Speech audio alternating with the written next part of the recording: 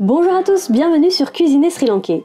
Aujourd'hui, on vous montre comment préparer des pommes de terre masala. Pour réaliser cette recette, il nous faudra des pommes de terre, des oignons, des piments séchés, des feuilles de curry, de la coriandre, des feuilles de pandan, de l'ail, du gingembre, de la cannelle, de la moutarde en poudre, des graines du cumin, du curcuma, des graines de moutarde, de la poudre de curry, du fenugrec, du poivre, du gros sel, du tamarin et de la sifotida.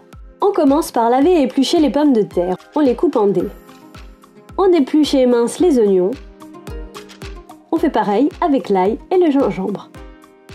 Dans une casserole, on verse un peu de matière grasse. Ici, on a mis de l'huile. Quand l'huile a bien chauffé, on ajoute les graines de moutarde. Quand les graines de moutarde commencent à crépiter, on ajoute les graines de cumin, la cannelle et les piments séchés, ainsi que les feuilles de curry et les feuilles de pandan. Puis on ajoute les oignons, l'ail et le gingembre.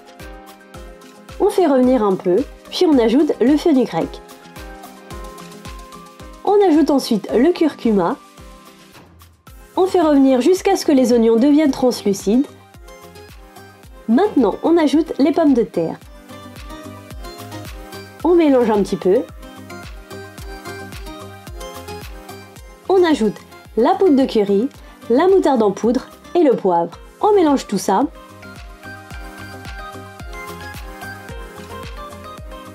Puis on ajoute le gros sel.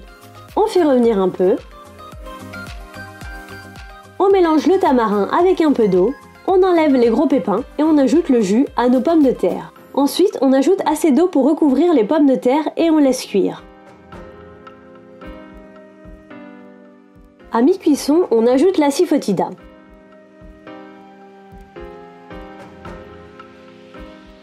Quand les pommes de terre sont cuites, on retire du feu et on les écrase grossièrement avec un presse-purée.